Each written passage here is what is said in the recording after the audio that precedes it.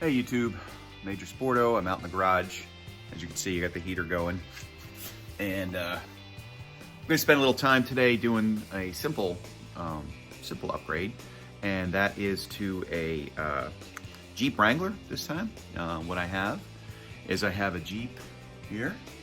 And I got the bumper, put that on a couple of weeks ago, wasn't too bad.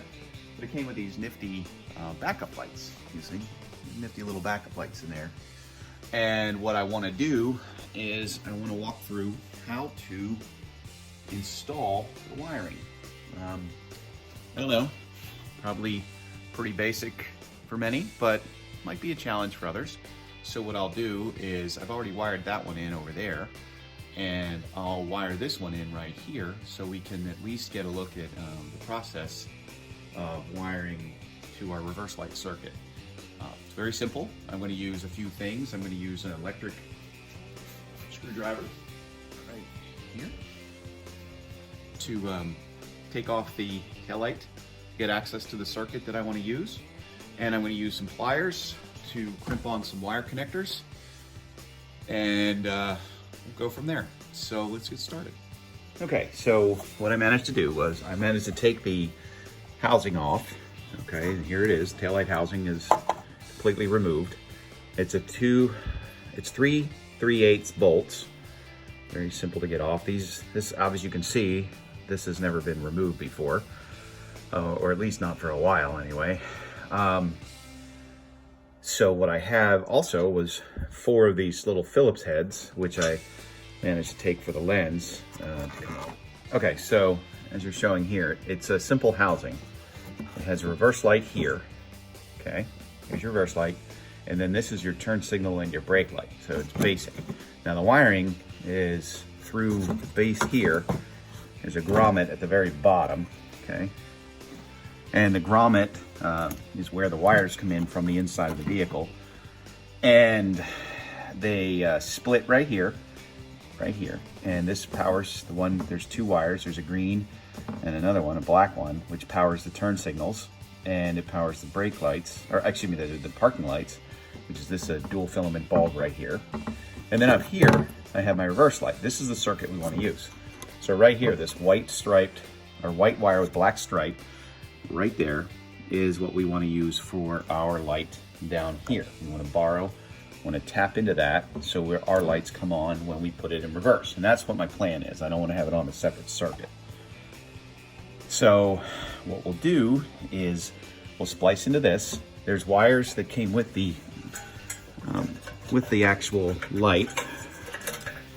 Okay, here it is. Okay, this we'll tap these into.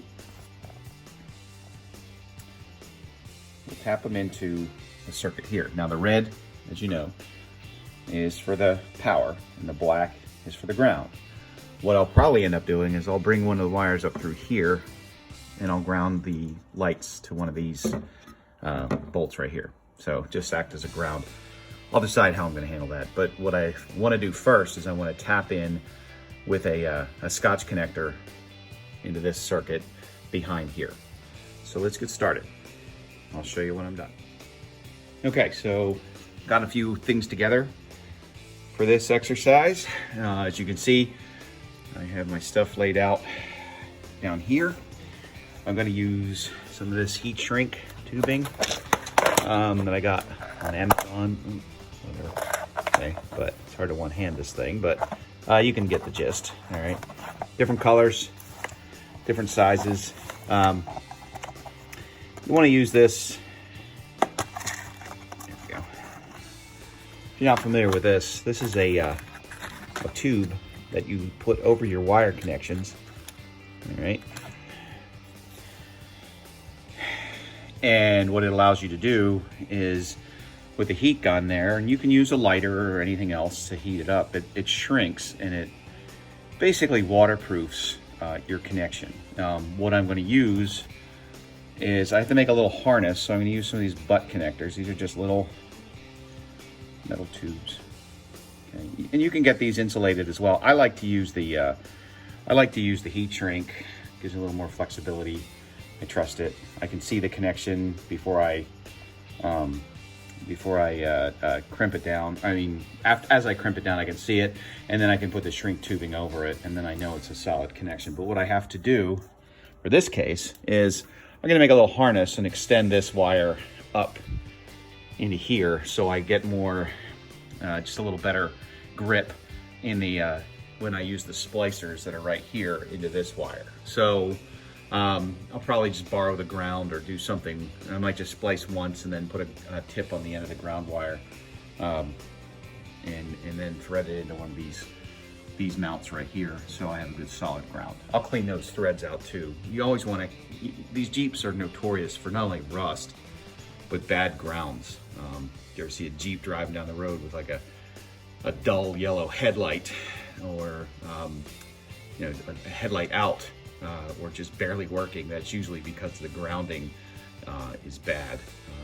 I know this particular Jeep, this is a TJ, it's a 97. I know there's a ground that's shared among the windshield wipers, the turn signals, and the horn.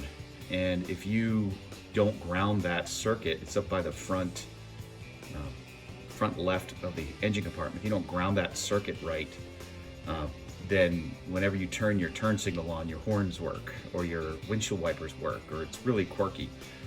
That's because they share a ground. It's not the most ideal situation, but if you do ever have a Jeep like this and you turn on the turn signals and your wipers go on, it's the ground wire that connects to the grounds the headlights and everything else right behind the front left headlight that's either broken or disconnected or something.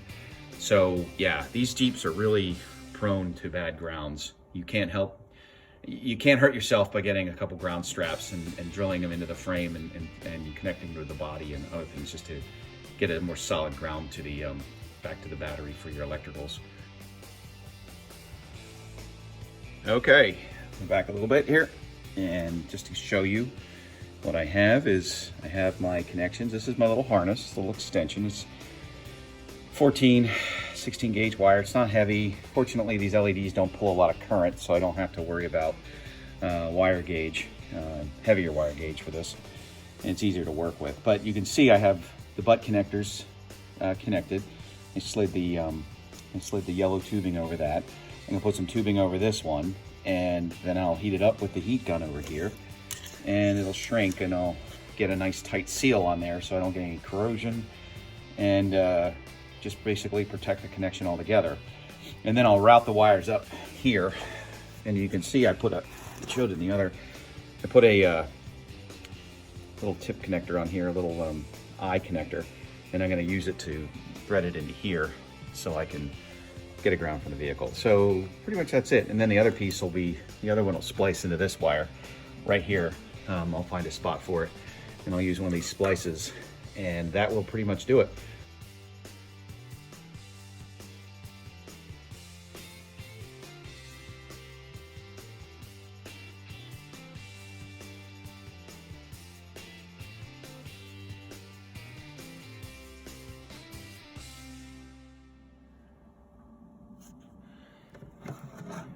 All right, so it's connected here, and I'm gonna go ahead and I'm gonna tie this one back to here, okay?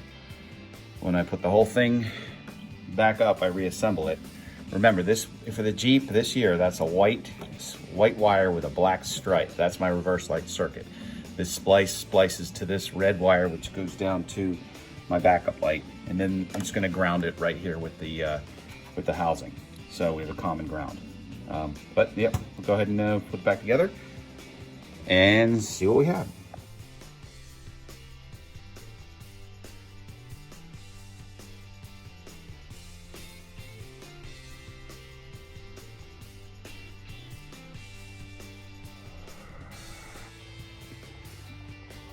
All right, well, here we have it.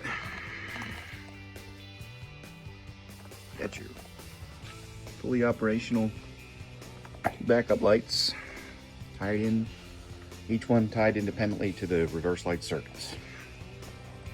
All right.